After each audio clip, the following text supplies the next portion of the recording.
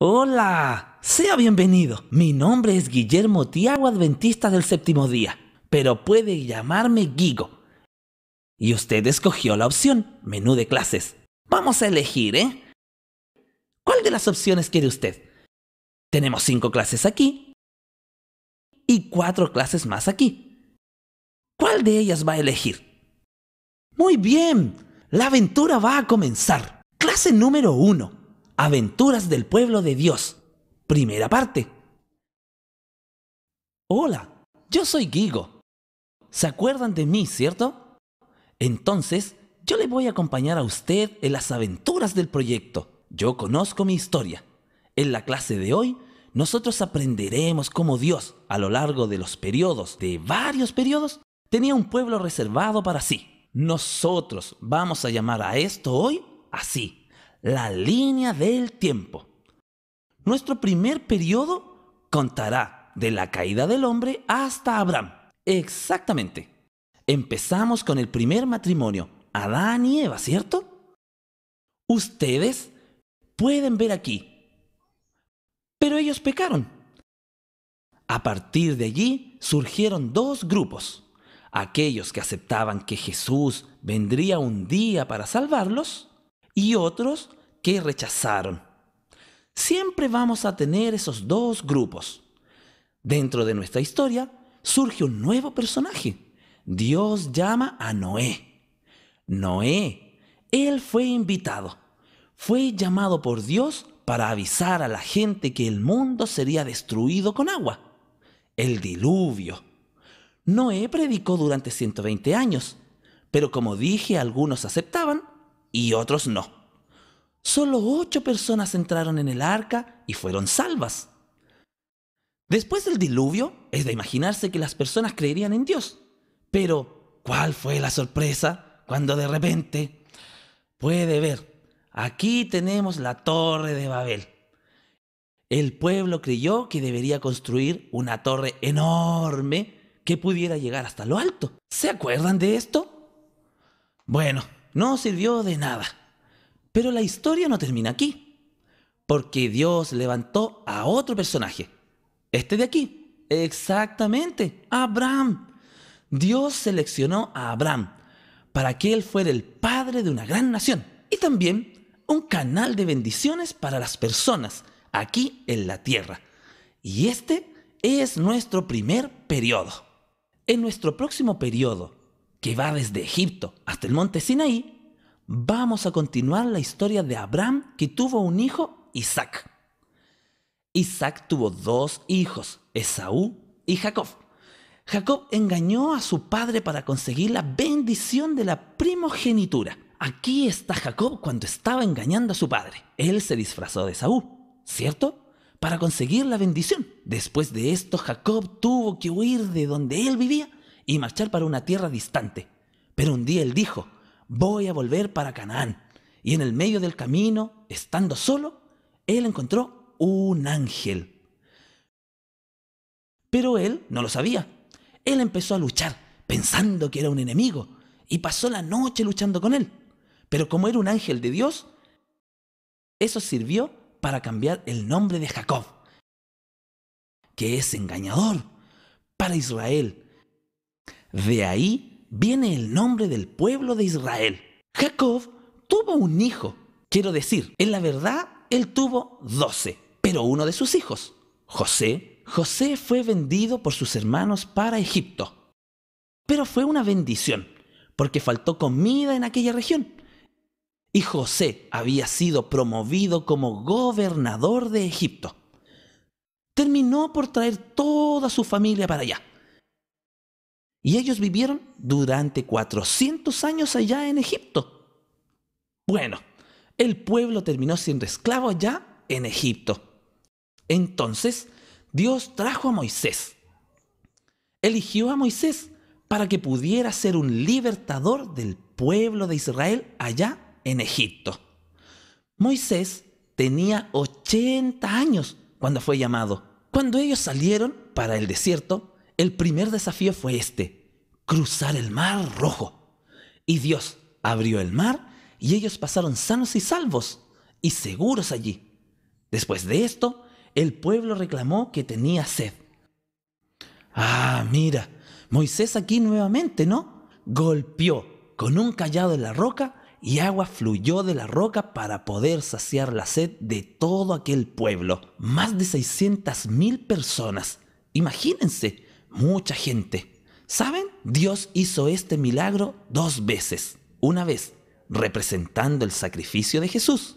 Y la segunda vez era para que Moisés solo hablara con la roca, pero él terminó golpeando, lo que dejó a Moisés sin poder entrar en la tierra de Canaán. Es porque ahora nosotros no necesitamos sacrificar más a Jesús. Él ya se sacrificó por ti y por mí. Por último, nosotros tenemos aquí a Moisés, recibiendo las tablas de la ley. Son los 10 mandamientos para decir que Dios continuaba con el pueblo de Israel, allí durante el tiempo del desierto. Pero Moisés murió y no pudo entrar en Canaán. Vamos a sacar esto de aquí, ¿cierto? Colocando en nuestra línea del tiempo y vamos para nuestro próximo periodo. Nuestro próximo periodo ahora viene a hablar sobre la conquista de Canaán. Exactamente. Ahora se levanta otro en el lugar de Moisés. Nosotros tenemos aquí a Josué. Josué guió al pueblo para entrar en Canaán y dividió allí Canaán para las 12 tribus. Exactamente, pero Josué no quedó para siempre.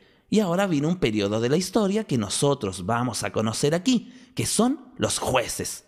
Ustedes pueden ver una mujer, Débora. Es el nombre de esa jueza que defendió el pueblo de Israel. Ellos eran quienes hacían el contacto del pueblo con Dios. Además de Débora, tuvimos otras personas. Tenemos aquí a Gedeón y los 300. Exactamente, ¿cierto? Ellos conquistaron un pueblo con tan solo 300 hombres. El próximo en nuestra narración de jueces es Sansón. Sansón, con toda aquella fuerza, allí se le muestra destruyendo el templo y terminando con un montón de filisteos. Ahora vamos a conocer nuestro próximo periodo. Nuestro próximo periodo está aquí. Eso, muy bien. Es la monarquía de Israel. El pueblo dijo: Dios, no queremos más que usted sea nuestro rey. Pidieron a Samuel: Samuel, queremos un rey. Pero si Dios era el rey. Mas Dios dijo: no hay problema, pueden elegir ya que el pueblo quiere.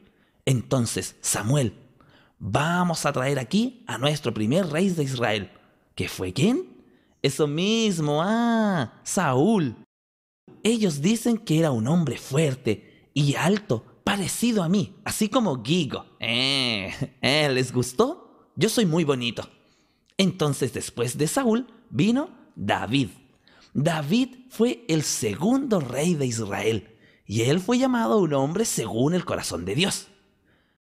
Después de David, tenemos aquí a Salomón. Salomón quedó muy conocido por su sabiduría, ¿no? Toda aquella situación donde 2 mujeres estaban disputando un hijo y él tomó la espada y dijo: lo voy a cortar. No, no, no, no, no. Y se terminó revelando el hombre más sabio del mundo. Y Salomón también construyó un templo en Jerusalén, ¿se acuerdan de eso? ¡Qué bien! Después de Salomón vino su hijo. ¿Sabe? El nombre de él era Roboam. Mira aquí, Roboam. Pero Roboam hará parte de la historia del reino dividido.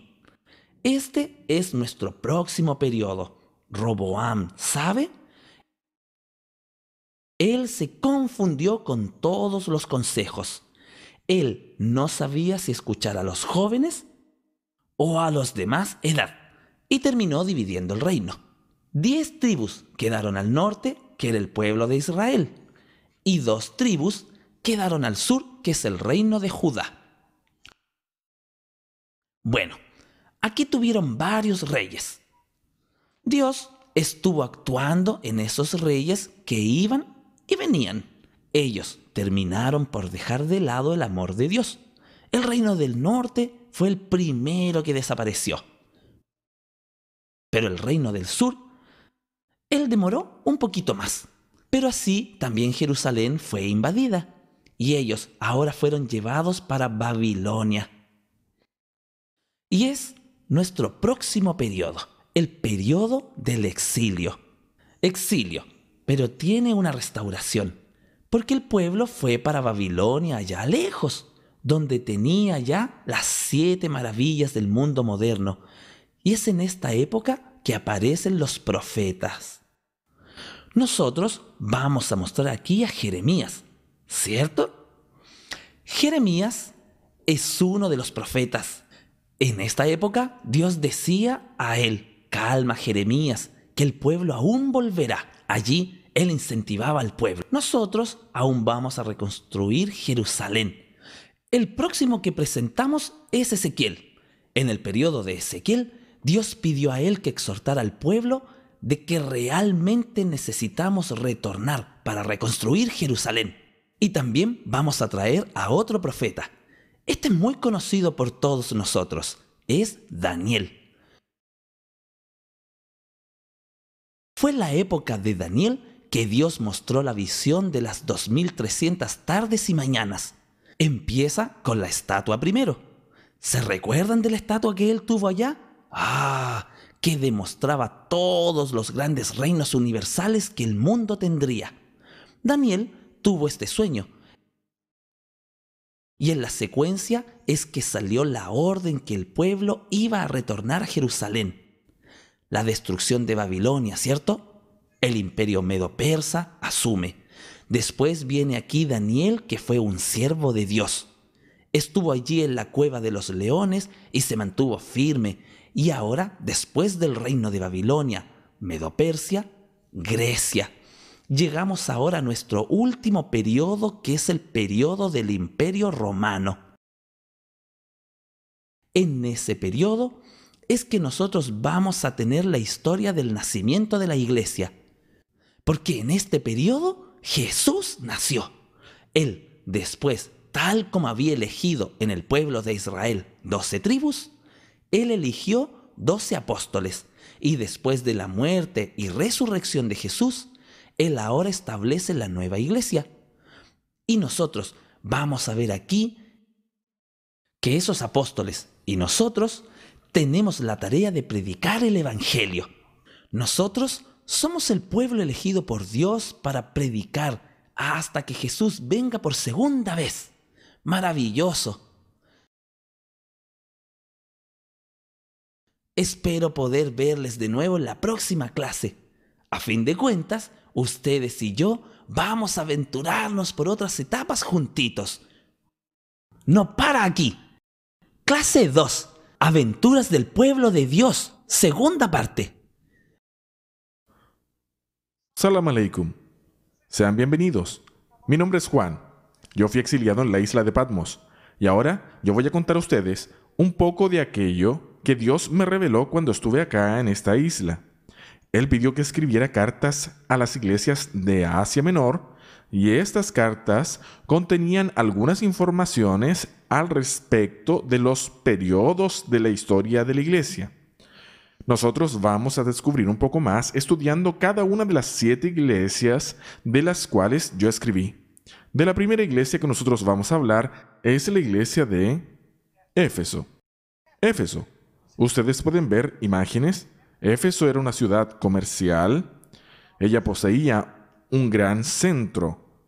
Tenía el puerto, donde el comercio allí era grande realmente. Era bien diversificado. Y en la parte cultural, Éfeso tenía también algo que llamaba la atención. Tenía un teatro central que congregaba más de 24,000 personas sentadas. El ágora era el mercado principal. Era un enorme cuadrado donde las personas allí podían comercializar todos sus productos. También las carreteras que ligaban tanto internamente como externamente a Éfeso eran muy bien desarrolladas. Ustedes pueden ver allí informaciones del portal del mercado principal. Éfeso, ella está contemplada, insertada dentro del periodo del 31 hasta el año 100 de nuestra era. El año 31, porque Cristo murió en el año 30. Acuérdese que él tenía 33 años, pero murió en el año 30, por vuelta del año 30, y a partir del año 31, aquellos que seguían a Cristo pasaban a ser llamados cristianos. Entonces, el surgimiento de la iglesia, y este periodo se extiende al año 100. La iglesia de Éfeso es recordada principalmente por ser la iglesia del primer amor. Las personas escuchaban de Cristo, ellas tenían ganas de hablar a las personas al respecto del Cristo que ellas habían descubierto, aquel que era su guía. Entonces, los cristianos empezaron a predicar, a propagar, a pesar de que allá en su Clase número 3. Su elección. Aventurándose en otras tierras.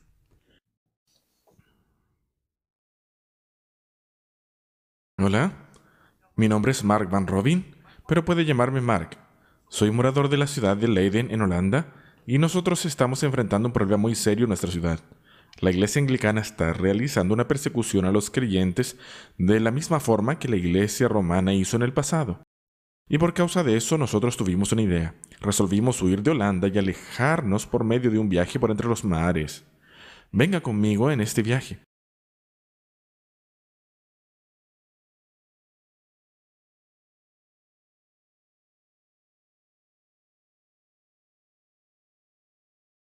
El Speedwell era un pequeño barco. Nos embarcamos en él en dirección a Inglaterra. Nuestro viaje solo fue posible gracias al señor Edwin Sands.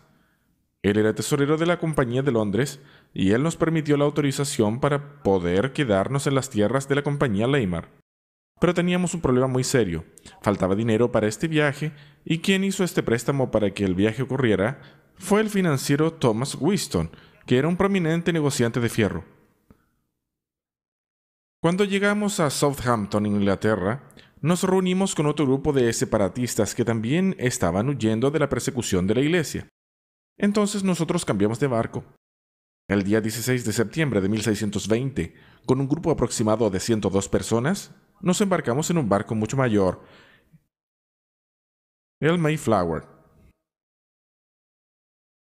La mitad de este grupo era de personas que habían salido conmigo de Leiden.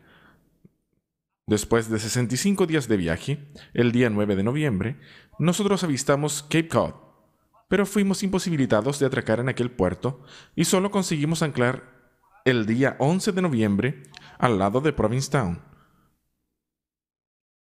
Al llegar a Provincetown, nosotros nos enfrentamos a un problema. Nosotros no teníamos derechos legales para establecernos en aquella región. Entonces, aún dentro del barco, redactamos el pacto de Mayflower.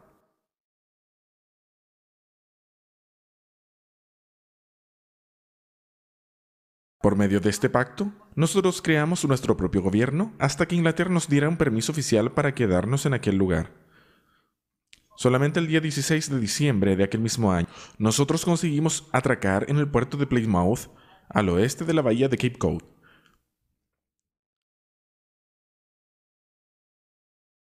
El término peregrino fue usado por primera vez por William Bradford, y solamente en 1799 nosotros quedamos mundialmente conocidos como los Padres Peregrinos.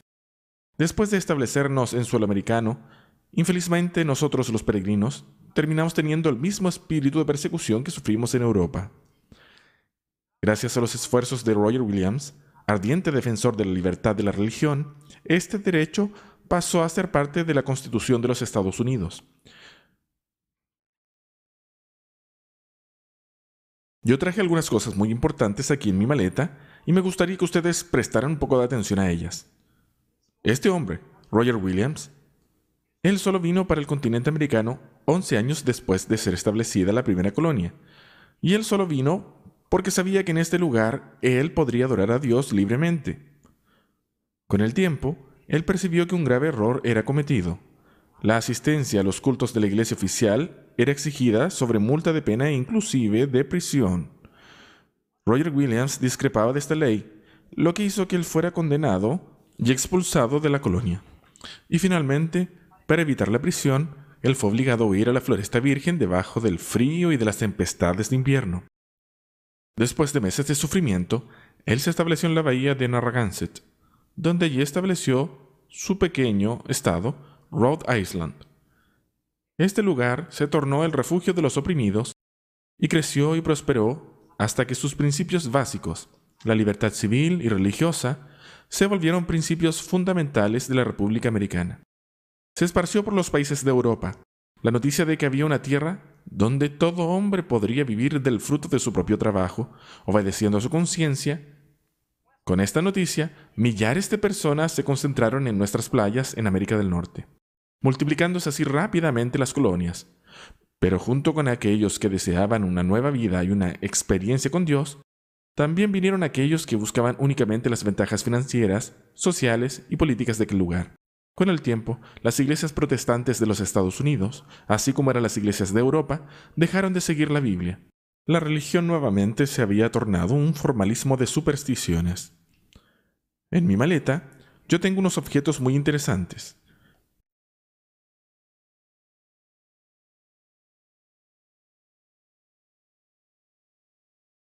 El primero de ellos es el cuadro de George Whitefield.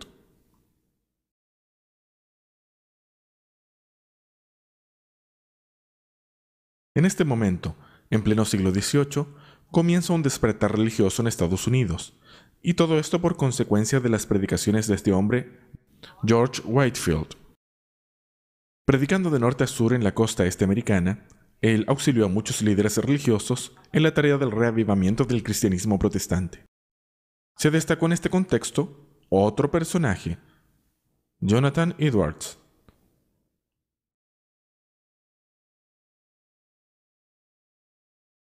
Este joven predicador en 1737 publicó un relato detallado del gran avivamiento que nacía en su iglesia, cuyo título era Una fiel narrativa de las sorprendentes obras de Dios. Este despertar tuvo un efecto decisivo en la vida religiosa de América del Norte y dio origen a nuevas denominaciones, a reformas educacionales y motivó el interés y el apoyo para aquellas misiones. En los años de 1800 a 1850, las iglesias americanas experimentaron una nueva llama de avivamiento conocida como el Segundo Gran Despertar. El movimiento tuvo inicio en las universidades del Este, particularmente la Universidad de Iowa, bajo el liderazgo de un joven llamado Timothy Dwight.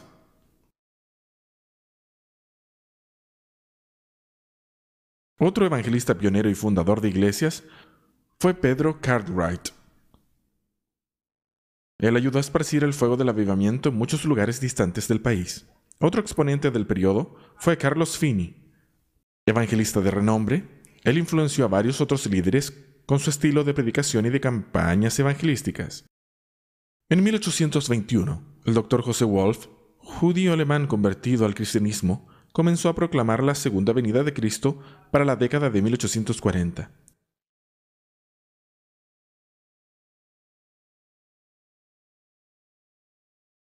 Al mismo tiempo, otros lugares del mundo estaban siendo despertados para este mensaje a través de estudios de las profecías. Vamos a conocer algunos de ellos. En América del Sur, el padre español Manuel Lacunza. En Alemania, el pastor Bengel.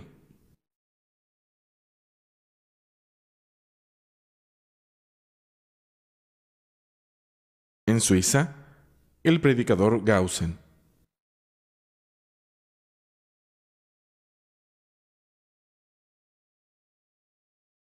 En Escandinavia, como la ley prohibía a los adultos que predicasen, los niños hicieron este trabajo.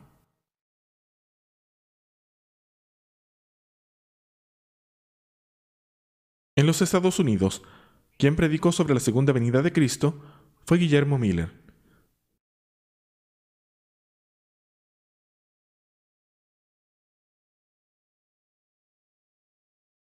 Y a partir del movimiento iniciado por él, nació la Iglesia Adventista del Séptimo Día. Espero que a ustedes les haya gustado este viaje y disfruten nuestras aventuras. Bye. Clase número 4. Aventura. Los cazadores de la verdad.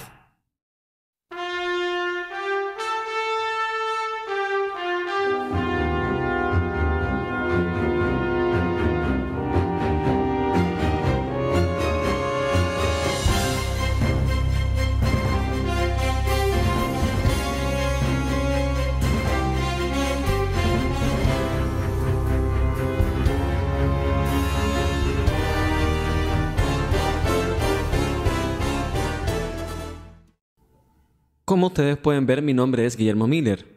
En este momento quiero compartir un poquito de mi historia con ustedes. Antes de completar 4 años de edad, yo y mi familia nos cambiamos para Long Hampton, en Estados Unidos, y aquel lugar era considerado como una región casi sin habitantes. Las tierras donde fuimos a vivir eran aproximadamente de unas 400 hectáreas, y para pagar la hipoteca era necesario producir por lo menos 800 hectáreas de trigo. Eran tan pocas las casas de la ciudad que daría para contar como máximo unas 5 o 6 casas. Era un lugar salvaje y encontrábamos animales salvajes. Nosotros teníamos que derrumbar los árboles para construir nuestras propias cabañas. La educación era muy precaria en aquel tiempo. Para que tengan una idea, yo estudié solamente de los 9 a los 14 años. Y esto ocurrió en un periodo de apenas 3 meses en el año. Era exactamente después que terminaba la cosecha y cuando estaba empezando el invierno. Y el resto del periodo de invierno, quien me enseñó a leer y a escribir fue mi querida madre. Pero los libros eran muy escasos en esa época. En casa nosotros solo teníamos 3 libros, una Biblia, un himnario y un libro de oraciones. Y por esto desde pequeño yo comencé a tener esta atracción por la palabra de Dios. Porque yo leía mucho la palabra de Dios y aprendí a leer en la Biblia. En mi época las velas eran artículos de lujo. Era muy difícil conseguirlas, eran muy caras. Entonces yo descubrí que un nudo de pino hacía una luz muy buena. Yo comencé las noches a encender un nudo de pino para poder quedar estudiando durante la noche. Y ocurrió una vez una historia muy graciosa, porque mi padre despertó en el medio de la noche y pensó que la casa se estaba incendiando. Porque él vio aquella luminosidad dentro de la casa, él corrió pensando que la casa estaba encendiéndose, y cuando él percibió que era yo que estaba sentado allí con el nudo de pino, con la llama leyendo la Biblia. Entonces mi padre me mandó a acostar y fue una historia que marcó mucho mi vida. Como los libros que yo tenía en la casa, ya los había leído todos varias veces. Yo descubrí que en mi vecindario, por más que fuera un vecindario pequeño, podría encontrar una buena fuente de lectura. Entonces yo comencé a pedir algunos libros prestados a los vecinos, y muchos de ellos también me dieron libros de regalo. Mi juventud fue una juventud normal como la de todos los demás muchachos, y llegó el momento en que yo deseé encontrar una persona para vivir eternamente a mi lado. Y fue en ese momento que conocí a Lucy. En 1803, Lucy Smith y yo nos casamos, y siguiendo la tendencia de la época, yo me adherí a la masonería, llegando hasta uno de los grados más altos. Y aquello hizo que me alejara de la palabra de Dios. Entonces era 1812, la guerra contra los ingleses, en la famosa batalla de Plattsburgh. Ocurrió una cosa que me llamó mucho la atención. Yo vi un pequeño grupo de soldados norteamericanos aplastar un grupo de soldados ingleses mucho mayor que ellos, y aquello hizo que yo volviera para casa y empezara a reflexionar en la vida que yo estaba llevando. Después de la guerra, cuando volví a mi casa, aquel periodo quedó marcado por una gran reflexión espiritual en mi vida. Y en este momento entonces, en 1816, yo realmente me convertí a los estudios de la palabra de Dios. Entonces, analizando versículo por versículo, estudiando profundamente la Biblia, yo llegué a la conclusión de que las Escrituras apuntaban para mis días, el último periodo de la historia de la tierra. Me concentré en el texto de Daniel 8:14, donde nosotros leemos, hasta 2300 tardes y mañanas, y el santuario será purificado. Mi comprensión de este texto fue que Cristo volvería para purificar la tierra del pecado. En agosto de 1831, ocurrió una historia muy curiosa en mi vida. En aquella mañana yo hice un pacto con Dios. Dije que si fuera invitado para predicar sobre la segunda venida de Cristo, no me negaría la invitación. Y bien qué interesante. En aquel mismo día la invitación surgió para que hablase sobre la segunda venida de Cristo en la iglesia de Dresden. Entonces, en 1833, la iglesia bautista me concedió permiso para predicar, y en el final del siguiente año yo estaba con dedicación exclusiva a la predicación de la palabra de Dios. Solo para tener una idea, de octubre del 34 hasta junio de 39, yo había predicado más de 800 conferencias. Otras personas concordaron con mis ideas, y fue así que surgió el movimiento millerita, y dentro de él yo quedé conocido como investigador. Hola, ¿qué tal? Yo soy José Himes. Yo fui el gran organizador y propagador del millerismo. En 1840, yo lancé la revista Señales de los Tiempos, sin auspiciadores, sin suscriptores, con el capital inicial de apenas $1.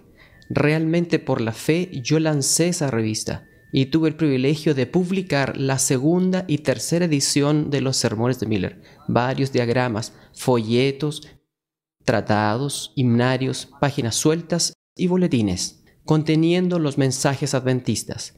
En la ciudad de Nueva York, en el año 1842, en conexión con el gran evangelismo que ocurrió en la ciudad, yo publiqué la revista El Clamor de Medianoche. La Verdad es una revista diaria donde diariamente publicamos cerca de 10.000 revistas. Y esas revistas eran entonces distribuidas por algunos niños, que allí nos ayudaban en la distribución y la publicación.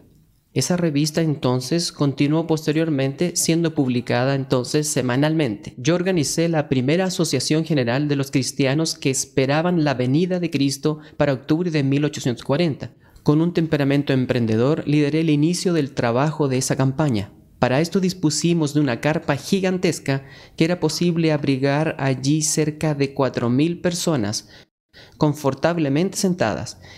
Esas carpas eran llevadas a ciudades donde no habían salas o iglesias que pudieran abrigar las reuniones mileristas. Llevamos esas carpas y por esto, dentro del movimiento milerista, quedé conocido como el propagador. Hola, ¿qué tal? ¿Todo bien? Yo soy Josias Litch.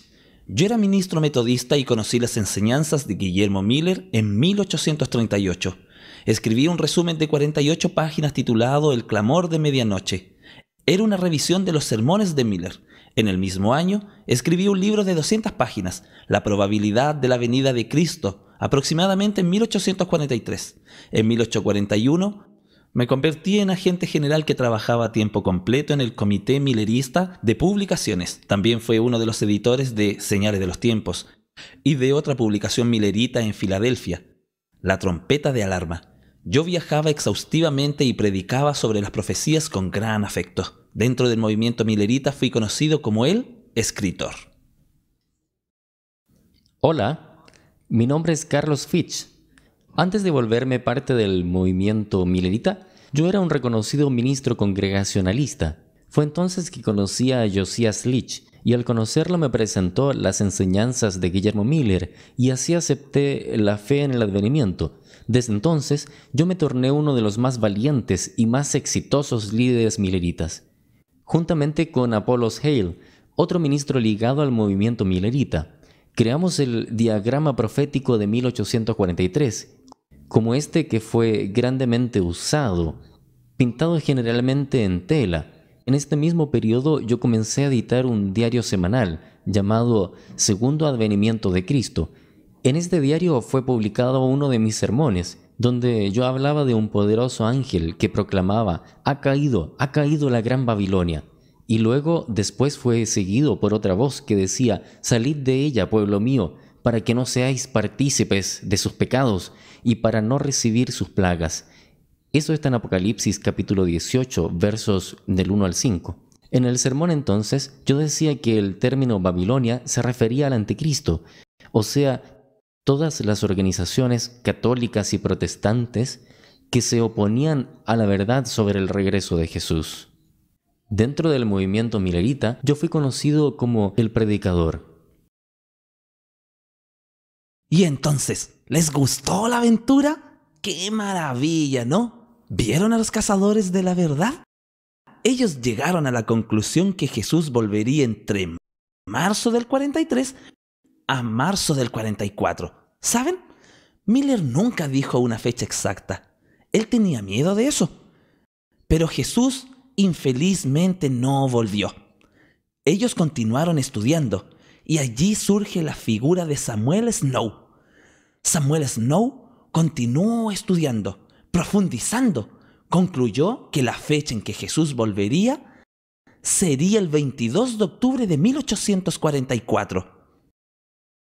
En el principio quedaron un poco aprensivos, pero concordaron. Esa es la fecha que Jesús volverá. Solo imagina qué alegría. Todo mundo eufórico en el día 21 porque al otro día Jesús volvería. Pero dieron las 6 de la mañana. Jesús no llega. Mediodía, nada. 6 de la tarde, nada. ¿Será que Jesús vendría en la noche? 8, 10, 11. ¿Es que lo va a dejar para el último minutito? Ya sé. y pasó medianoche y Jesús no volvió. Ay, todo mundo quedó decepcionado, triste. ¿Y qué ocurrió? Pasó lo siguiente. De estas personas que esperaban el regreso de Jesús, surgieron 3 grupos. Y fue así. Uno de los grupos dijo: yo quiero saber si puedo volver a mi iglesia. Voy a pedir disculpas a mi pastor y todo lo demás y voy a volver a mi iglesia. Otro grupo dijo: bueno, si Miller estaba errado, para mi iglesia yo no vuelvo. Entonces dejaron de seguir cualquier religión. ¿Ve? No querían más religión. Y quedó un pequeño grupo, menor que todos, que dijo lo siguiente: alguna cosa ocurrió. Necesitamos estudiar más para aprender. De este grupo, a partir de ellos, surgieron otros 3 grupos. Y eran así. Uno tenía la certeza que Jesús había vuelto el 22 de octubre de una forma espiritual. Creían eso, ¿sabe? Otro grupo dijo lo siguiente: no, el evento está correcto. Jesús volverá, solo que la fecha falló. Miller había dicho una fecha, Samuel Snow dijo otra. Entonces el evento está correcto, pero la fecha está errada. Tenemos que estudiar. Y el menor de esos grupos, el menor de los menores, dijo lo siguiente: no, la fecha está correcta. El evento es el que está errado. Y necesitamos saber qué evento es este. De este pequeño grupo es que tiene su origen la Iglesia Adventista del Séptimo Día. Y les quiero decir, no se pierdan estas aventuras conmigo y con los demás en la próxima clase. Clase número 5. Nació mi iglesia. ¿Sabe? Quedé preocupado de una cosa. En la clase anterior, usted vio que Samuel Snow, él definió la fecha que Jesús volvería y después tuvieron las divisiones de los grupos, ¿recuerdan? 3 grupos, ¿cierto? Y del menor de esos surgieron otros 3 grupos. Y uno de ellos decidió así, que la fecha estaba correcta, pero el evento estaba errado. ¿Y cuál era el evento? Fíjese. Las personas quedaron, después que Jesús no vino, ellos quedaron en oración aquella noche para poder saber lo que estaba ocurriendo. Y repentinamente en la mañana, así, un hombre llamado Iran Edson, él se fue, salió de aquella reunión y estaba yendo para su casa. Iba a atravesar por un atajo en el medio del maizal. Y él entonces tuvo una visión. Él vio el cielo abierto y allá en el cielo Jesús pasaba del santo para el santísimo. Y él entendió, ¿cierto? La purificación del santuario no es aquí en la tierra, es allá en el cielo. ¿Será esto lo mismo? Entonces, él invitó a otras personas para estudiar con él, para descubrir si era exactamente eso. Y junto con este descubrimiento de Iran Edson, surgieron otras 4. Esas 4 que nosotros sabremos ahora.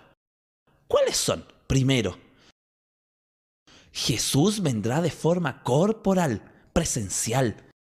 Él no viene así espiritualmente, no. Otro punto es guardar el sábado. El sábado es una señal de descanso para nosotros. Otro punto que nosotros vamos a ver es con respecto a que la muerte es un estado de sueño. No tiene ese negocio de la inmortalidad del alma, no. Y el otro es que el don de profecía es una demostración de la actuación del Espíritu Santo. ¿Ok? Basado en esos 5 puntos es que la iglesia adventista se formó. Así fue su fundación. Y tenemos 3 personas que participaron de la fundación de la iglesia. Vamos a conocer hoy 2 de ellas. Uno es el capitán Bates, José Bates. Y el segundo, Jaime Springer White. Jaime White. ¿Vamos a conocerlos? Hola, yo soy Jaime Springer White. Nací en Estados Unidos, en Palmira, en el año 1821, el día 4 de agosto. Conocí a los adventistas en el año 1842. Y a partir de 1843, cuando fui ordenado al ministerio, Conocí algunos sermones y diagramas proféticos de Miller y resolví a partir de esto, con un caballo prestado y una silla de montar, salir a predicar. Cerca de 1,000 personas fueron convertidas por este ministerio que yo desarrollé. En el año 45 participé en el chasco del 44 y en el año 45 conocí a Elena Harmon, con quien, después que tuvimos la certeza que era la voluntad de Dios, nos casamos en 1846, el día 30 de agosto. A pesar de que el capitán Bates nos había hablado de la doctrina del sábado, solo en 1848, después de nuestro matrimonio, es que tanto Elena como yo vinimos a guardar el sábado. También, en 1848, Elena recibió una visión diciendo que nosotros deberíamos empezar el trabajo de publicaciones. En esta época surgió la revista Verdad Presente. En la secuencia tuvimos varios otros proyectos y en el año 1863, junto con el capitán Bates y Elena White, nosotros participamos en la conferencia general que organizó y definió la Conferencia General de la Iglesia Adventista del Séptimo Día. A partir de allí, fuimos llamados con el nombre de Adventistas del Séptimo Día. Tuvimos varias otras indicaciones a partir de Elena, pero yo tuve problemas de salud y Elena recibió una visión diciendo que si yo no me cuidaba, Dios no podría actuar en la recuperación de mi salud. La recuperación fue lenta, pero conseguí mejorar. Pero eso terminó acarreando varios otros problemas. Y en 1874, entonces empezamos la publicación de una revista Señal de los Tiempos.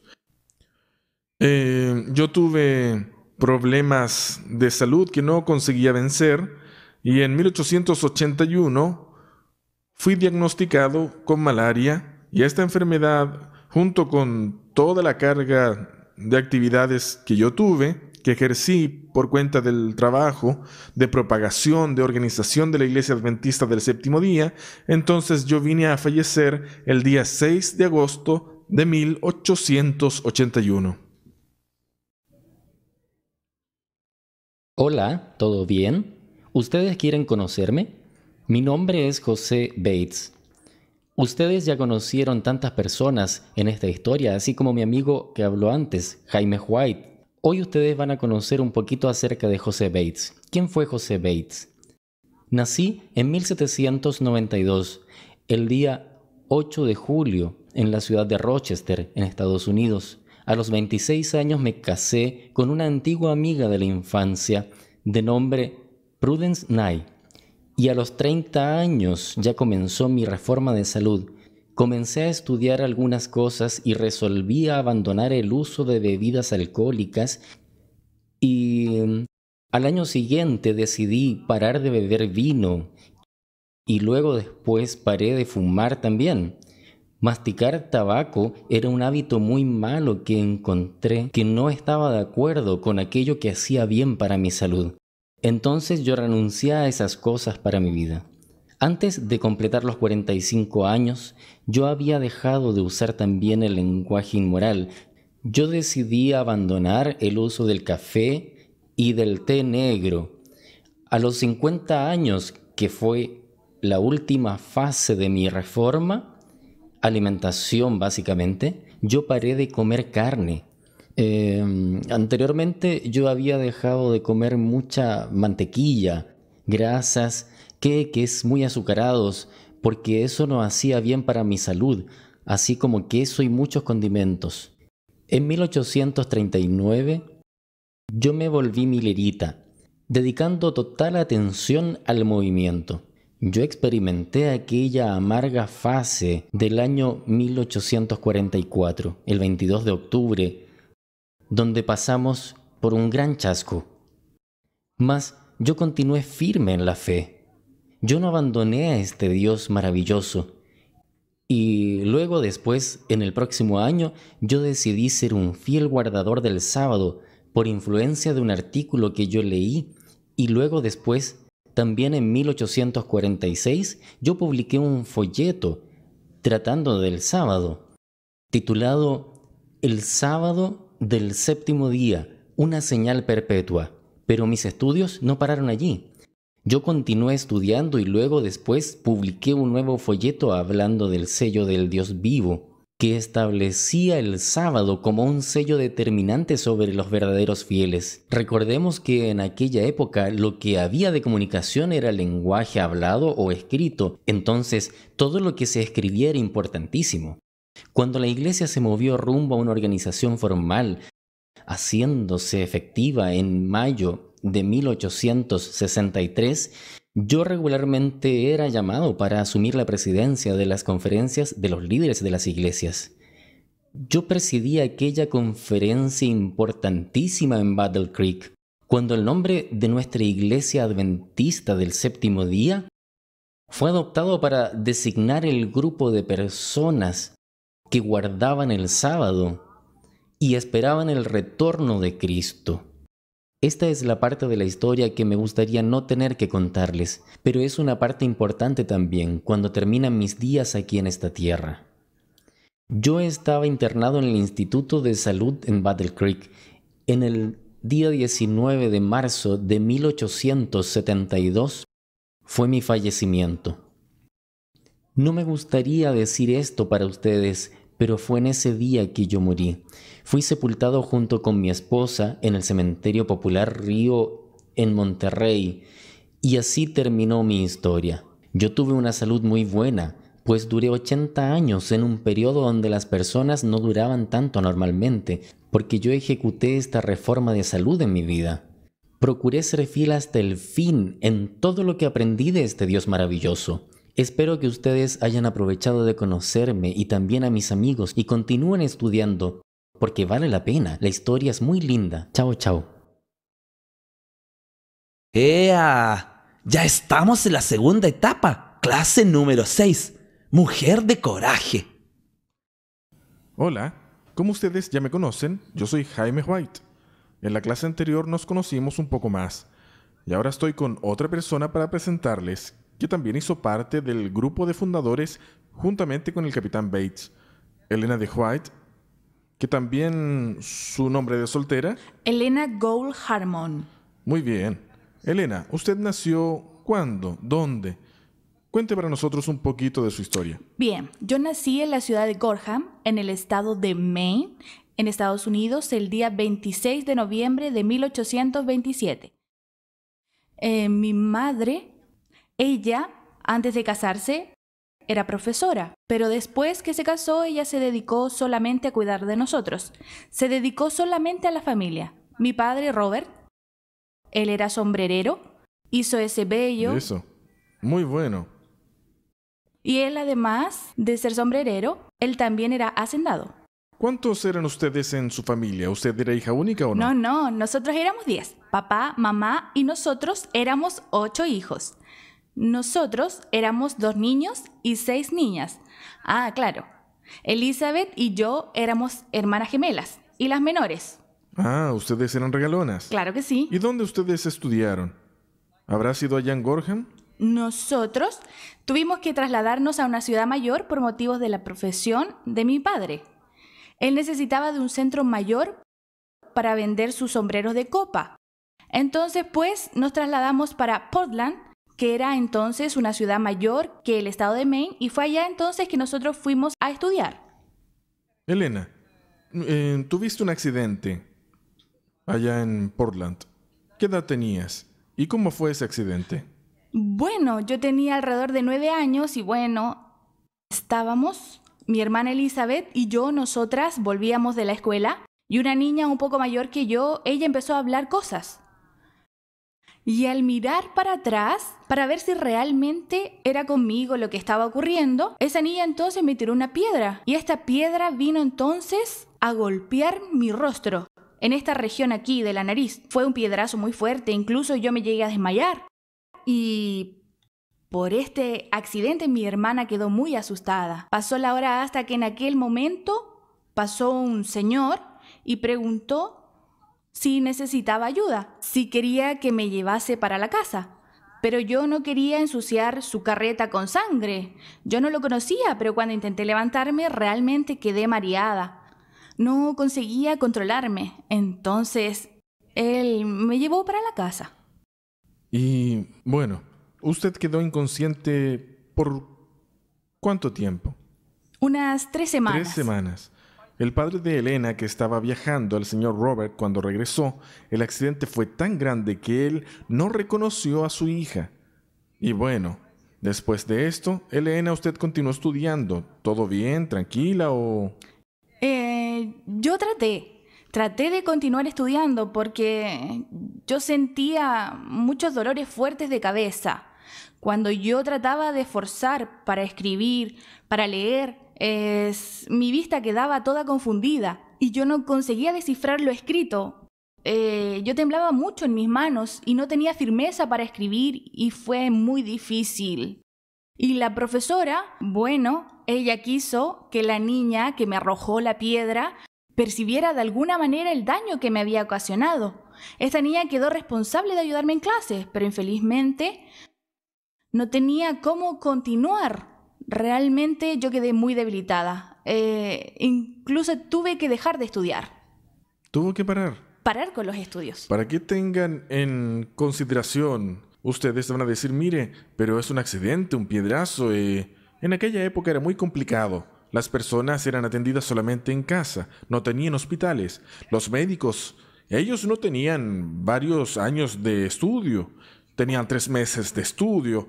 En la secuencia ellos hacían una prueba y se pasaba en aquella prueba escrita, automáticamente ellos podían empezar a trabajar. Entonces, juntando todo esto, se ve el problema que usted no pudo continuar entonces con sus estudios. Pero, ¿y esto estorbó su vida de alguna manera? ¿Usted tuvo que quedar dentro de casa, sola? Cuente cómo fue, por favor. Bueno, fue una vida que yo continué normal, solo que realmente los estudios no tuve más opción que dejarlos, no tuve cómo seguir, por más que yo tuviera esta niña para ayudarme y la vida continuó normal. Yo realmente continué siendo una persona normal, pero algunas cosas diferentes ocurrían conmigo. ¿Esto tiene que ver con tu vida espiritual relacionada Sí. con la iglesia? Sí. ¿Qué cosas diferentes eran esas? Mira, yo era una persona muy preocupada con la parte espiritual y yo tenía sueños. Y esos sueños que yo tenía eran sueños que realmente me perturbaban. Porque yo no entendía, yo tenía miedo. Entonces yo terminaba guardando todo eso para mí. Tenía mis temores yo solita, entonces esto me perturbaba un poco. De alguna manera, tu accidente te dejó así creyendo que usted no sería suficientemente buena persona para ir al cielo. Yo escuchaba en la época hablar mucho de fuego, de infierno, y yo creía que yo no estaba así muy apta para ir al cielo. Entonces yo tenía mucha preocupación y más con esos sueños. Pero un día yo me armé de valor y conversé con mi madre. Pero mi madre, también al escuchar mis sueños, ella quedó un poco asustada también. No supo qué poder decirme, porque ella tampoco sabía cómo explicar y en la época la gente resolvió entonces hablar con el pastor y el pastor de esa época era el pastor Stockman y nosotros fuimos entonces a conversar con ¿Usted él. hacía parte en esa época de la iglesia metodista? De la iglesia metodista. Nosotros éramos ¿Y qué todos dijo de la el pastor iglesia. Stockman? Yo le conté a él que uno de los sueños que yo tenía era uno donde yo podía ver el pueblo de Dios en el cielo. Y el otro sueño en el cual Jesús, yo siempre veía a Jesús y él colocaba la mano en mi hombro y yo estaba sentada en una piedra en un campamento y Jesús venía y colocaba la mano en mi hombro y me decía que yo no temiera, que yo no necesitaba tener miedo. Y yo, al hablar esto al pastor, el pastor, él simplemente me dijo lo siguiente: usted es tan pequeñita, Elena, y eso viene de Dios, y usted tiene una misión. Dios tiene una misión para ti. Y cuando él habló así, yo me sentí aliviada. Porque si viene de Dios, yo no necesito tener miedo. Entonces fue muy bueno haber conversado con el pastor, porque así él me confortó. Bueno, Y dentro de esa tu experiencia religiosa, Elena, usted tuvo más vamos a llamar una situación pintoresca, porque la iglesia metodista fuiste bautizada a los 12 años por el proceso normal, pero a los 16, en un congreso allá en Casco Bay, usted solicitó que fuera bautizada por inmersión. Por inmersión. Por solicitud suya. ¿Usted sentía que algo necesitaba ser distinto en su vida, por esto el bautismo por inmersión? Nosotros en esa época, escuchábamos la predicación de una persona que para nosotros fue muy importante en la época, que fue Guillermo Miller. Al escucharlo y al estudiar, yo sentí la necesidad de que mi bautismo fuera por inmersión. Entonces fue por mi petición. Aunque yo era bautizada por mi petición sincera, entonces en ese congreso yo fui bautizada por inmersión, pero en la iglesia metodista. Miller no era bautista ni metodista, ¿no? Entonces, ustedes aceptaron las enseñanzas de Miller con respecto a la segunda venida de Jesús y todo lo demás. Pero creo que esto provocó algunos problemas para ustedes allá en la iglesia. ¿Usted va a contar esa parte? Tengo que preguntar. Ellos necesitan saber, Elena, porque... Pero antes ya habíamos acordado que no íbamos a hablar de esa parte. Bueno, yo solo voy a contar. Ella no necesita contar. No, ni yo ni usted. ¿Esto se puede saltar? Tengo que contar. Ellos ya quedaron curiosos de saber. Bueno, no es tu familia, así que cuenta. Entonces, la familia de Elena, por estar escuchando las predicaciones de Miller, estar siguiendo, fue invitada a retirarse de la iglesia metodista. Puedes decir expulsada. Ya contaste todo. Fue retirada. No, ustedes fueron invitados a retirarse. Pero nosotros continuamos allá. Dijo que iba a continuar. Sí, era nuestra religión. Solo porque algunas cosas así no estaban de acuerdo. La gente estaba hablando, mira, no está bien así, y el pastor no. Es así, es eso. Entonces igual nosotros continuamos yendo a nuestra iglesia. ¿Qué mal hay? ¿Y ustedes realmente fueron? Ahí fue hecha una comisión donde fue decidido que nosotros fuéramos borrados de la iglesia metodista. Esto fue por allá, pero por el acuerdo año no era contar eso. 1843, más o menos. Entonces, ¿qué ustedes salieron de la iglesia? Miller predicaba que Jesús volvería en 1844. Entonces ustedes participaron de este proceso. El 22 de octubre ustedes hacían parte de aquel grupo que aguardaba el regreso de Jesús y tuvieron un gran chasco. Pero en esta época, luego en la secuencia usted fue invitada para contar a un grupo de personas que continuaron después del chasco de 1844. Eso, a la verdad, Jaime, Dios ya había llamado a 2 hombres. Había hecho el llamado para aceptar esta misión para 2 hombres. Y esos 2 hombres no aceptaron con miedo por sentir que era una misión muy difícil. Era una cosa que ellos no creían ser capaces de hacer. Entonces allí yo fui llamada por Dios y yo acepté, ¿cierto? Hasta pudiera ser tal vez que por mis debilidades, las deficiencias con las que quedé, era una manera de estar acercándome más a Dios. Yo sentía necesidad de estar cerca de Dios. Entonces allí en este congreso, entonces yo fui convidada a hablar. Esas personas, ¿usted recuerda el nombre de las personas? Fueron los 2 llamados. Y esos hombres, ellos estaban en ese congreso. Y cuando yo hablaba en ese congreso para las personas, ellos hablaron que ellos habían recibido también ese llamado de Dios. Y ellos no aceptaron. Y ellos pudieron tal vez afirmar desde abajo, ¿cierto? Aquello que yo decía.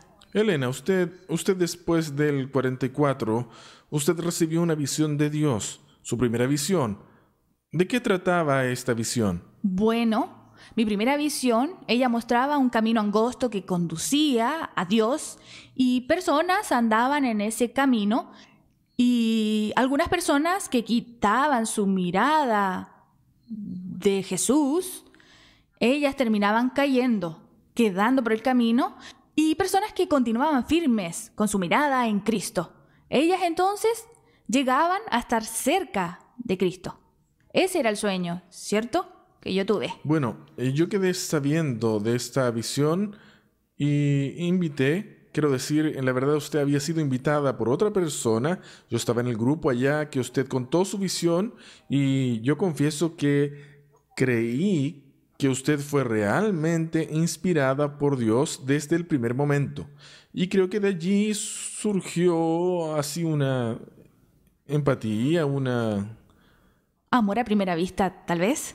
Bueno, yo pasé por la segunda vez para que usted me mirara. Cierto, tal vez, tercera vez. Fue en esta época entonces que Elena y yo, nosotros tuvimos ese proceso en torno de los mensajes de Elena, nos atrajo y a partir de eso entonces nosotros empezamos una relación y el 30 de agosto del 46 entonces nosotros nos casamos.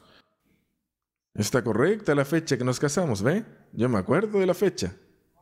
Muy bien. Bueno, muy bien. Y de esa nuestra unión nosotros tuvimos 4 hijos. ¿4 hijos? Tuvimos el pequeño Henry. Pequeño Henry, mi pequeño cantante. Sí, Henry. Él quedó con nosotros hasta 16 años. 16 años. Más o menos. Y vivía corriendo allá para la casa publicadora, allá en Battle Creek. Y siempre cantando. Le gustaba mucho cantar. Y fue afectado por una enfermedad. Y como yo les contaba, el tratamiento no era bueno antiguamente. Entonces el pequeño Henry falleció.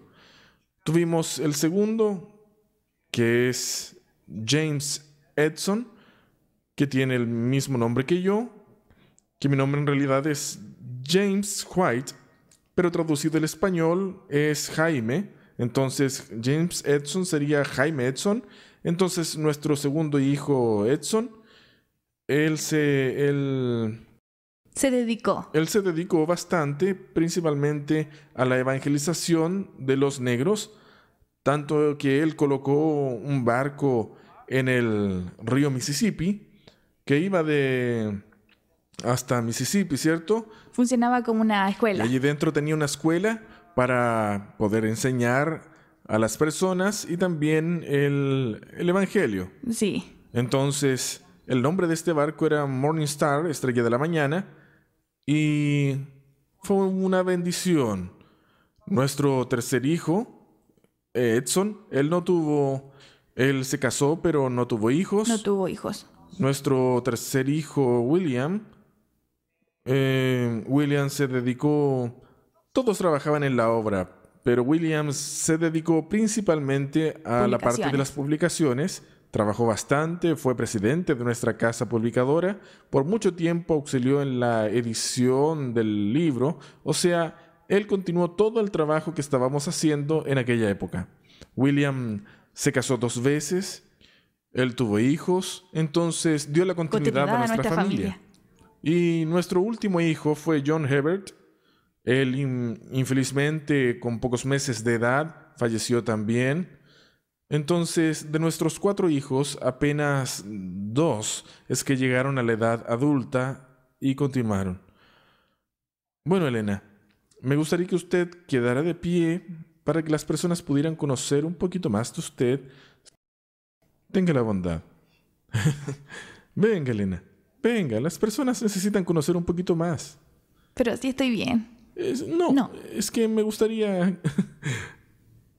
Me gustaría que las personas supieran que desde la primera vez que vi a Elena me enamoré de ella.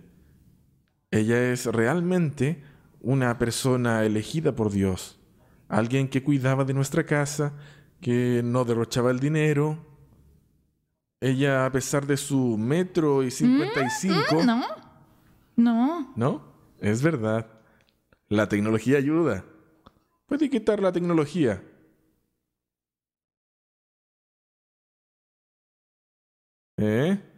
¿Quién dice? 1,55 m. Pero era una gran mujer. Realmente ella siempre... Ahora es tu turno. ¿Qué es mi turno? ¿Quién me ves? Quite su tecnología. ¿Sacar mis zapatos? Saca. Su tecnología. Saca.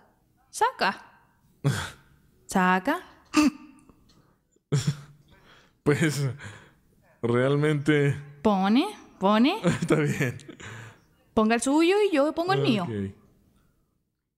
muchas veces necesitamos del comienzo de la fundación de la iglesia reunirnos allá en la casa por varias veces a altas horas de la noche, y Elena siempre recibió a las personas muy bien.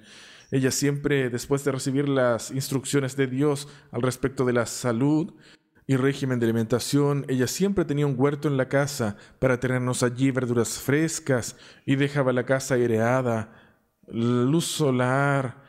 Entonces, a pesar de viajar bastante, ella nunca fue negligente con nuestros hijos. Entonces, realmente, una mujer de coraje, elegida por Dios. Pero infelizmente, ¿no? Jaime, un buen esposo, dedicado, pero no siguió los consejos de alimentación, de cuidarse. Él terminó contagiándose de malaria juntamente con estrés del trabajo. Él terminó por fallecer y lo sentí mucho porque nosotros éramos un matrimonio. Además de que nuestro amor era mutuo. Nosotros cambiábamos, pues él era un gran organizador y yo una evangelizadora. Y yo sufrí mucho, pero la vida continuó, ¿cierto? Y yo continué aún con mi trabajo, pero un día también, en un sábado por la tarde, yo tenía en mi casa una sala de estudio, y entonces, al irme el sábado por la tarde a mi sala, yo terminé resbalándome. Yo caí y entonces me herí, me quebré el fémur y sentía muchos dolores.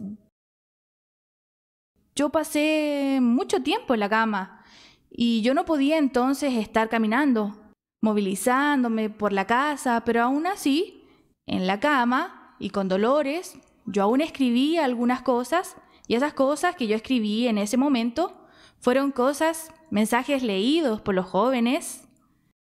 Pero ustedes saben que todo lo que es bueno termina. Y un día también fue mi final.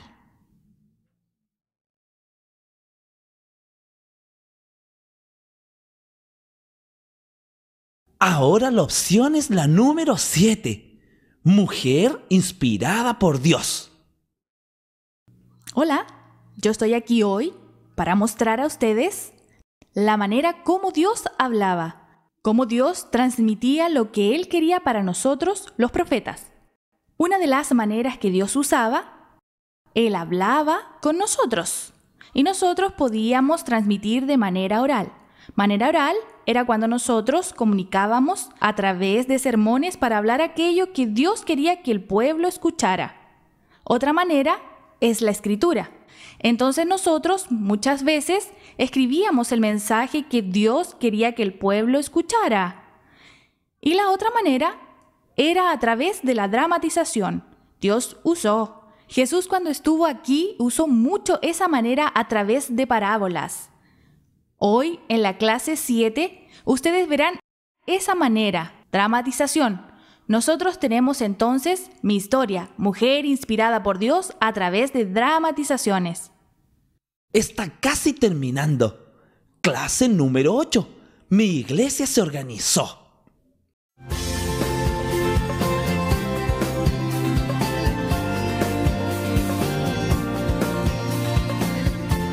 Yo soy mis iglesias y grupos. Yo represento el nivel fundamental de la estructura organizacional, compuesta por creyentes individuales. Cuando esas personas aceptan la doctrina de la iglesia, ellas son bautizadas por inmersión.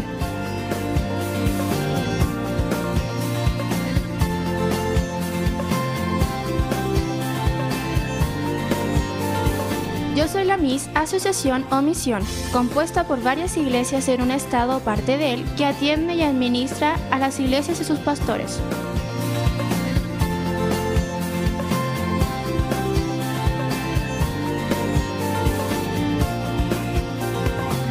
Yo soy Miss Unión, compuesta por varias asociaciones y misiones en un área geográfica.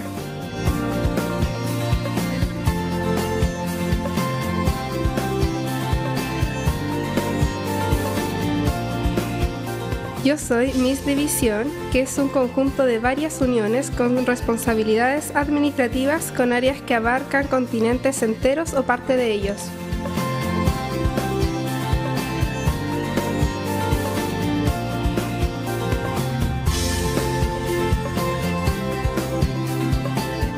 yo soy Miss Conferencia General. Es la unidad más extensa de organización compuesta por 13 divisiones que consiste en todas las uniones, asociaciones y misiones. Cada organización es gobernada por una reunión de la Conferencia General.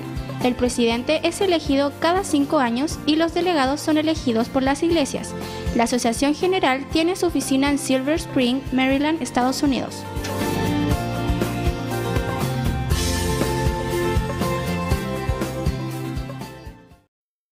Entonces, ¿le gustó nuestro desfile? Este desfile es el comienzo de una nueva fase, una historia más de la organización de nuestra iglesia. Ellas representan justamente cómo nuestra iglesia se organizó. Eso continúa siendo parte de nuestra jornada para conocer mejor la organización de nuestra iglesia. ¿Cómo es que la iglesia se organizó? Organizar es cada vez que queremos colocar en orden algunas cosas para que funcione mejor. Y en el caso de nuestra iglesia no fue diferente. Nosotros teníamos mucha gente que ya estaba aceptando el cuerpo de doctrinas de los adventistas.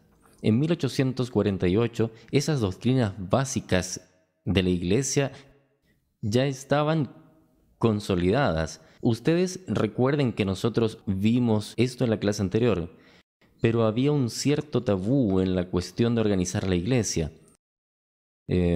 Especialmente había una idea de que organización de iglesia estaba vinculada a Babilonia espiritual.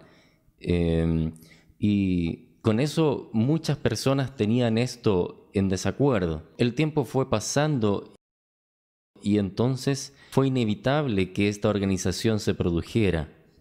El primer paso fue que, como había muchas personas ya conociendo sobre estas doctrinas, ellas necesitaban reunirse en algún lugar y traer otras personas también que conociesen estas doctrinas. Por eso, el primer paso fueron las conferencias sobre el sábado, direccionadas para los participantes del movimiento milerita. Esas reuniones ayudaron a confirmar y a perfeccionar las doctrinas ya existentes. Y acto seguido hubo un movimiento de varias publicaciones que contribuyeron para la formación de la estructura adventista. Revistas como Verdad Presente, Revista del Segundo Advenimiento y Heraldos del Sábado, y una revista que era especialmente para los jóvenes, un instructor de la juventud.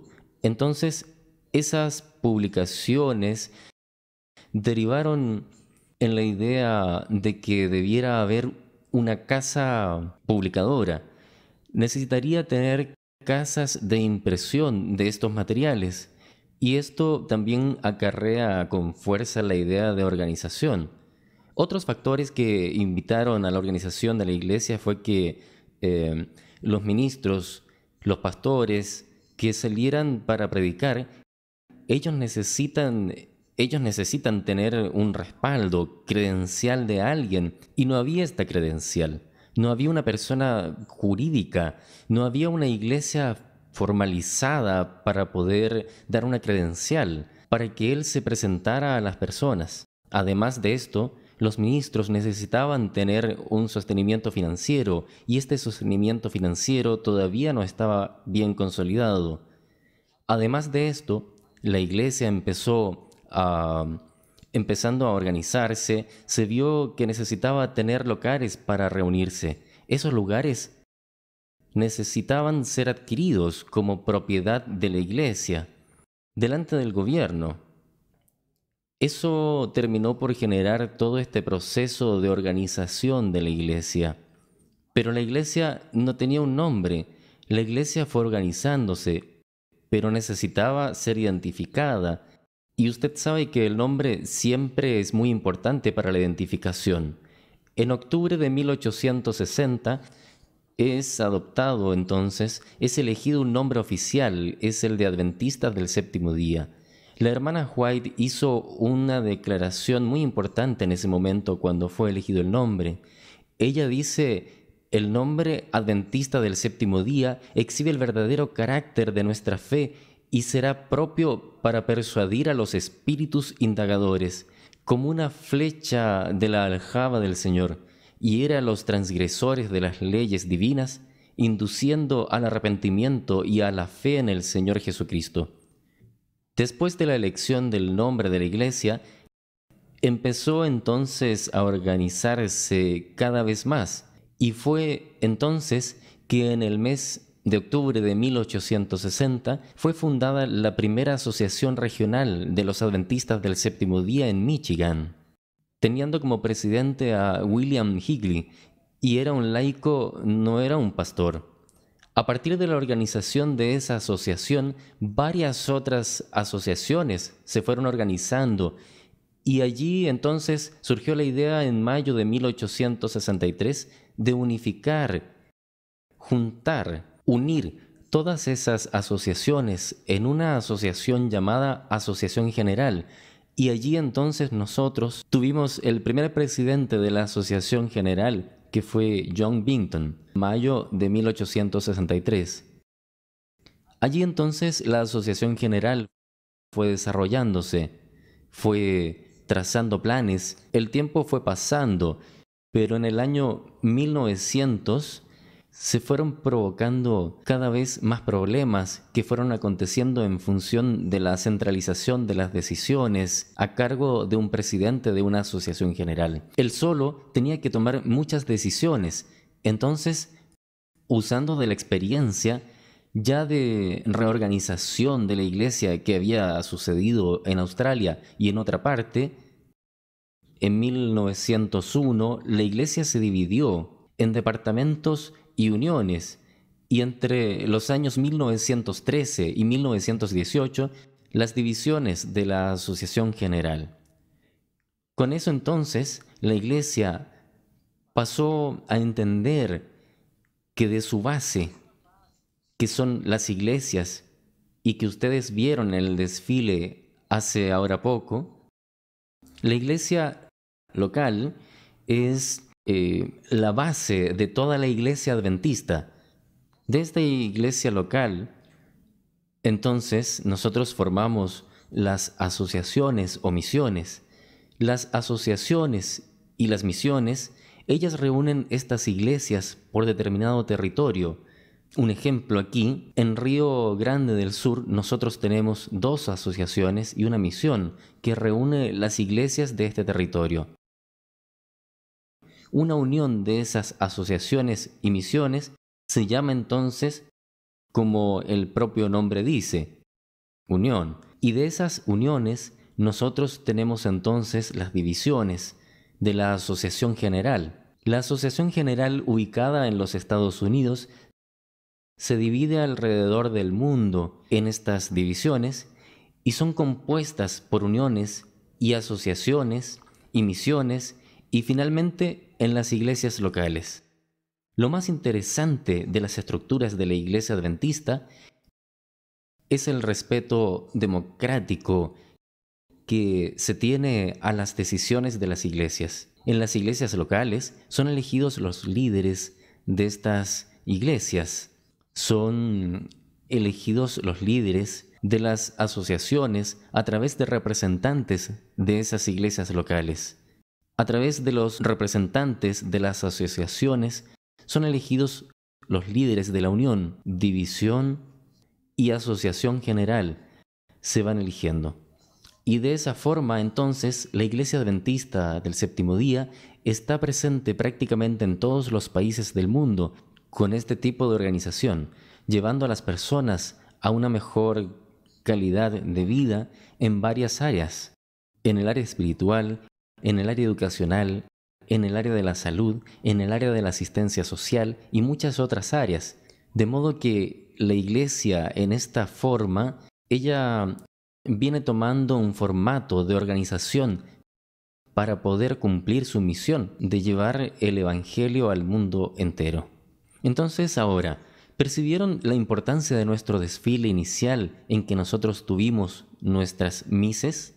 Y justamente es esto lo que ellas presentaron, la base de la iglesia, como la iglesia local, después la asociación misión, unión, división, asociación general, de modo que la iglesia como un todo tiene esa organización basada especialmente con base en la iglesia local. donde las decisiones de elección de líderes se inician ya en esta base de una forma democrática, eligiendo los líderes, primeramente de la iglesia local dentro de los miembros de la propia iglesia, saliendo de allí delegados, representantes para la elección en las asociaciones, misiones, para las elecciones en las uniones, divisiones y asociación general. Y de ese modo entonces la iglesia se organiza para atender en prácticamente todos los lugares del mundo varias necesidades de la población mundial, en el área no solo espiritual, sino también educacional, en el área de asistencia social, en el área de la salud y muchos otros beneficios. Pero además, un detalle importante en relación a la organización de la iglesia surgió recientemente. La iglesia entendió también que debería tener un logo, y ese logo es una identificación. Ese logo nos habla sobre lo que significa realmente la iglesia adventista para cada uno de nosotros. Para mostrar este logo, yo invito entonces a Rayani que se acerque acá para que podamos explicar cómo ese logo es importante para la iglesia adventista del séptimo día. Hola, ustedes tuvieron ahora un lindo desfile, también una linda explicación. Una excelente explicación de toda la organización de nuestra iglesia. ¿Vieron cómo ustedes son importantes? Ustedes son criaturas maravillosas, creadas por Dios en un plano sensacional. Es nuestro Dios haciendo cosas tan bellas y ahora, mira, ¿cómo estaremos explicando para ustedes el logomarca? El logomarca de nuestra iglesia. Todos los grandes negocios tienen un logotipo, pero nuestra iglesia tiene un logotipo increíble, especial, que puede estar fundamentando toda nuestra creencia. Mire ahora la explicación del logotipo. ¿Usted ya sabía lo que significa? Vamos hoy a descubrir con mucho cariño. Entonces, ahora nosotros vamos a armar nuestro logotipo. Y ustedes, fíjense aquí, perciban que existe un globo. ¿Y qué ocurrirá alrededor de este globo? Esto es muy importante. Mire muy bien lo que nosotros estaremos construyendo ahora, que es nuestro logotipo. Entonces, en la base nosotros encontraremos la Biblia. La Biblia forma la base del diseño. ¿Por qué? Porque es el fundamento bíblico de nuestras creencias y por esto necesita estar en la base del diseño. Está retratada en una posición completamente abierta, sugiriendo la completa aceptación de la palabra de Dios en nuestra vida, en nuestra iglesia. Y es importante aceptar la Biblia, aceptar la palabra de Dios como un fundamento bíblico de nuestra creencia. Y entonces así tenemos la solidificación de la verdad por completo. La cruz, ella está en el centro y representa el Evangelio de Cristo para nuestra salvación y es importante que enfaticemos el sacrificio de Cristo en la cruz del Calvario por nosotros. ¿Por qué? Porque es el tema de nuestra fe, el tema central de nuestra fe. Imaginen si Jesús no hubiese muerto en la cruz del Calvario por nosotros. ¿Dónde tendríamos esperanza? La certeza de la salvación. Entonces, por esto es importante que tengamos la cruz en el centro de nuestro logotipo. Ahora nosotros estaremos hablando de una parte muy importante también de nuestro logotipo. Es la llama. Mira, ella tiene 3 líneas y esas líneas tienen un símbolo. Son los 3 ángeles de Apocalipsis 14. Y mira acá, estas llamas, ellas circundan el globo. ¿Por qué? Justamente mostrando que esos 3 ángeles, esos 3 mensajes evangélicos, ellos necesitan llevar el evangelio de la salvación por todo el mundo. Entonces, perciban la importancia de que entendamos bien todo nuestro logo. Estas líneas representando los 3 ángeles que son los 3 mensajes evangélicos, llevando el evangelio de la salvación para el mundo entero. Es la llama en su todo que representa simbólicamente el Espíritu Santo. Entonces, aparentemente terminó nuestro logotipo, ¿cierto? Ustedes vieron construida la Biblia como base abierta, sugiriendo completa aceptación. Nosotros vimos la cruz como fundamento de nuestra fe. Estamos aceptando el sacrificio de Jesús en la cruz del Calvario y así podemos estar entonces preparándonos para poder ir al cielo con Jesús. Nosotros vimos las llamas, que es la representación de llevar el Evangelio en todo el mundo. También vimos el mundo envuelto por estas llamas. Aparentemente terminó nuestro logo, pero no ha terminado. Mira, solo lo que viene del pie de la cruz y va hasta arriba de nuestro logotipo, una línea imaginaria, y en esta línea hay una representación muy importante, sugiriendo entonces que Jesús, Él resucitó, Él subió al cielo. Entonces solo mira, es una línea en ascendencia. Ella va subiendo, mostrando que Jesús resucitó, ascendió, fue al cielo y un día Jesús volverá. Y Él volverá para buscarnos, para llevarnos al cielo, que es el foco de nuestra esperanza.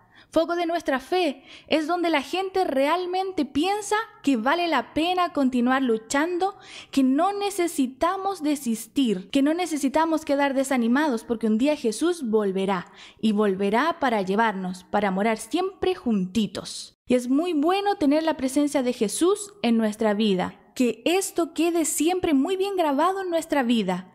Que Dios nos bendiga para que este logotipo nunca más salga de nuestra mente. Que podamos estar siempre recordando todo su significado, del amor, de la fuerza, de la salvación que hay en Cristo Jesús nuestro Señor. Dios nos bendiga, hoy y siempre. Amén. Es la última clase, clase número 9, la llegada del adventismo a Brasil. Juveniles, profesores, vengan que esta clase será especial. Profesores, esta clase será especial porque usted va a designar un juvenil para representar, dramatizar, igualito a la clase 7. Busquen el manual del profesor. Usted verá bien clarito la división de cada uno de los grupos. Vamos allá, que será genial.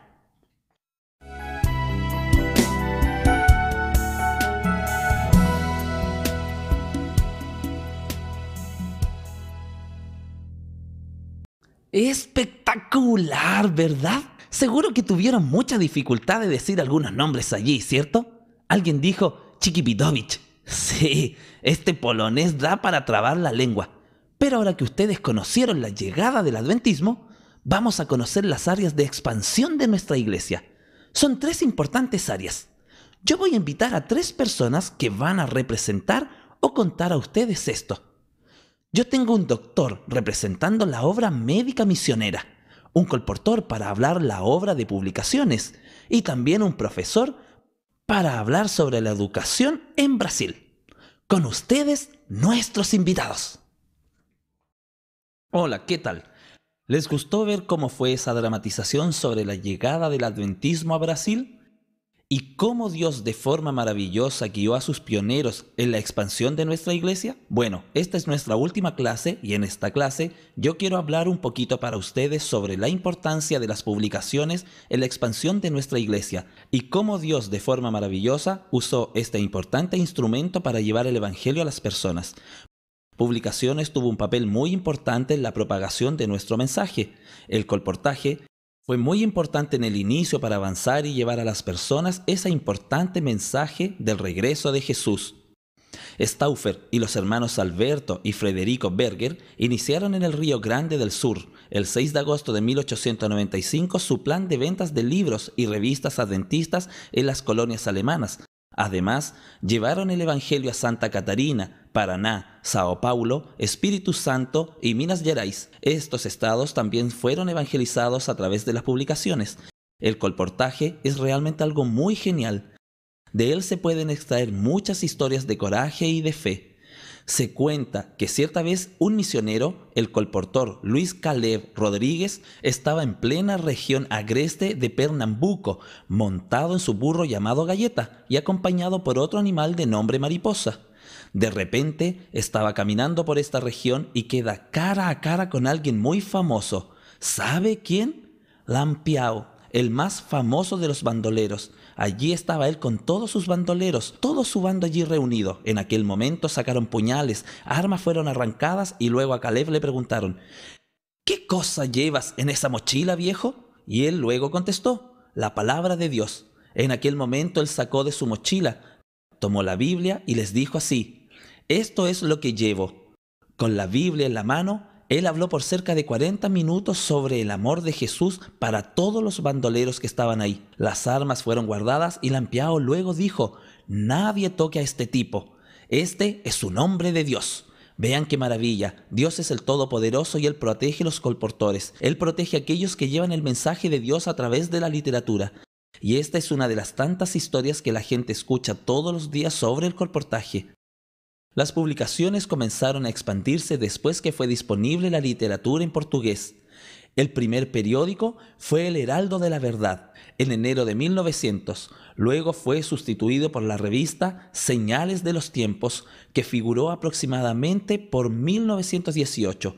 Cuando se inició la publicación del Atalaya, su nombre volvió a ser Señales de los Tiempos y dejó de ser editada en el inicio de esta década. Para atender mejor esta obra, fue decidido el establecimiento de una editora denominacional en el país en 1900. Así, El Heraldo de la Verdad pasó a ser impreso en Taguarí, Río Grande del Sur, allá por el año 1904. En 1907 la editora se estableció en Santo André, Sao Paulo, y allá permaneció por 78 años, siendo conocida como la Casa Publicadora Brasilera. La revista adventista empezó a ser publicada en 1931. En 1985, la casa publicadora se fue para Tatuí, Sao Paulo. Allí fue edificada en un terreno con más de 500.000 de metros cuadrados. Su área construida hoy mide 22.000 metros cuadrados y esto la convierte en la tercera mayor editora de los adventistas del mundo. La casa publicadora brasilera produce muchos libros bien interesantes. Libros en el área de la salud, libros en el área de la educación, libros en el área de la familia. Esos libros invaden las casas, pero principalmente hablan del regreso de Jesús. Libros y revistas que la gente conoce muy bien.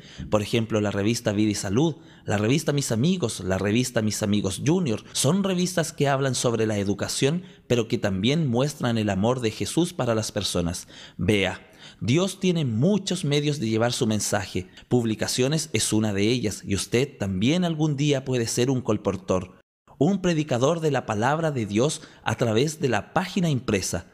Valió la pena. Espero que les haya gustado mucho ver cómo Dios usa el colportaje para predicar el Evangelio. Hasta la próxima. Hola, ¿ustedes prestaron atención a esta historia que fue contada? Es casi increíble, pero es así. Cuando Dios actúa, no existe impedimento alguno. ¿Y saben que la educación no es distinto? Y yo estoy aquí para recordarles que Dios también actúa en este medio. Mire qué interesante. Allá en 1896, en la ciudad de Curitiba de Paraná, en una casa ubicada en la calle de Paula Gómez, en el número 290, con el nombre del Colegio Internacional, pasó a funcionar la primera escuela adventista del país. Su director fue el profesor Guillermo Stein Jr., llegando a alcanzar una matrícula de 120 alumnos en el primer año de existencia. Esta escuela fue trasladada para un edificio en la avenida Cándido de Abreu, en la cual queda actualmente apenas una parte incorporada en la fachada del Shopping Miller. Ya en el año de 1915 fue adquirido un terreno de cerca de 169 hectáreas a cerca de 23 kilómetros de la ciudad de Sao Paulo, cerca de Santo Amaro. En esta propiedad fue establecido un seminario adventista conocido después como Colegio Adventista Brasilero, Instituto Adventista de Ensino y ahora UNASP, Campus Sao Paulo. Fueron sus fundadores John Leap y John Boy, teniendo como primer profesor Paulo Renning, que inició las actividades escolares el día 4 de julio de 1915 con apenas 12 alumnos. En los años siguientes, otras escuelas fueron establecidas en Brasil, como por ejemplo el Instituto Adventista Cruzeiro del Sur, IACS en Taguara, Río Grande del Sur, Instituto Petropolitano Adventista de Ensino y UMPAE en Petrópolis, Río de Janeiro, Instituto Adventista Paranaense, el IAP en Maringá, en Paraná, también el Instituto Adventista de Sao Paulo, IASP. En Hortolândia, Sao Paulo, Instituto Adventista Grau Pará en Belén de Pará. Y el más reciente, el Instituto Adventista de Santa Catarina, IASC, en Araguarí, Santa Catarina. ¿No es maravilloso comprobar las bendiciones que Dios nos ha regalado en todos los aspectos de la vida? En todas las áreas de la vida. Loemos al Padre del Cielo y sintamos en nosotros también las bendiciones que Él nos ha derramado. Hola, ¿qué tal? Yo estoy aquí para hablarles a ustedes con respecto a la expansión de la obra médica misionera en Brasil. Ustedes saben que paralelamente a la predicación del Evangelio, al desarrollo de escuelas, el adventismo también se preocupó de la parte de la salud, especialmente con la cuestión de la alimentación saludable, tratamientos naturales, así como la abstinencia de todas las cosas que fueran perjudiciales a nuestro organismo. En el año 1895, el pastor Rutenkraft, llegando al Brasil, comenzó a hacer los tratamientos de hidroterapia, tratamientos naturales, enseñar el vegetarianismo con el objetivo de que la población tuviese una vida más saludable. En 1900, viniendo de Estados Unidos por su propia cuenta, llegó a Río Grande del Sur el médico y dentista Abel Gregory. Él vino para auxiliar el desarrollo de las obras, pero también para confirmar, enseñar más al respecto de estos procedimientos naturales que la Iglesia Adventista protagonizaba.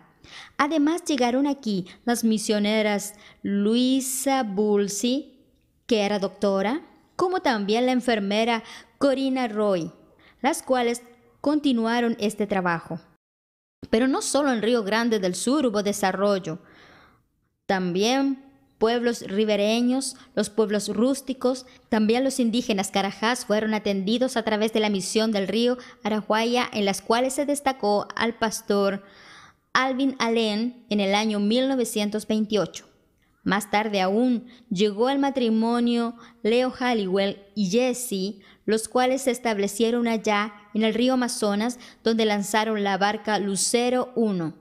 Y para que tenga una pequeña idea apenas de ello que ellos hicieron, imagine que en un solo viaje ellos navegaron más de 10.000 kilómetros y atendieron a 5.000 personas enfermas, aparte de predicar el mensaje a millares y millares de personas. Y saben, a través de esta obra voluntaria, filantrópica, creció mucho el número de miembros y de iglesias que fueron establecidas en aquella región. Pero también la obra hospitalaria fue importante, porque en el año 1942 surgió aquí en Brasil el primer hospital, la Casa de Salud Libertad en Sao Paulo. Hoy en día, este tiene el nombre de Hospital Adventista de Sao Paulo.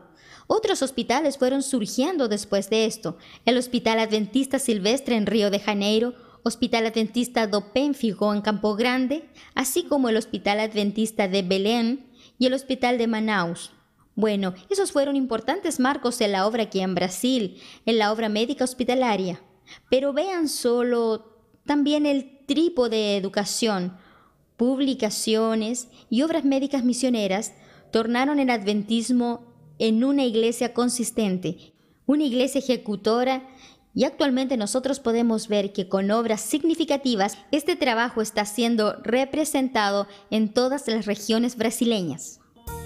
Al recapitular nuestra historia pasada, habiendo revisado cada paso de progreso hasta nuestro nivel actual, puedo decir: alabado sea Dios. Al ver lo que Dios ha hecho, me lleno de admiración y de confianza en el liderazgo de Cristo. Nada tenemos que temer en cuanto al futuro, a menos que olvidemos la manera en que el Señor nos ha guiado y las enseñanzas que nos administró en el pasado. Ah, mi amigo, yo estoy tomando aliento aquí porque no hay que llorar.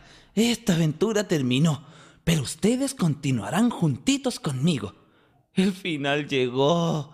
¡Qué pena! No lloraré, porque ustedes tienen mucho más por hacer. Incluso tienen prueba. Vestibulín. Eso mismo, para medir sus conocimientos. Al final la aventura fue conmigo, pero ustedes tienen que mostrar a todo el mundo lo que aprendieron. ¡Valió la pena! ¡Chao!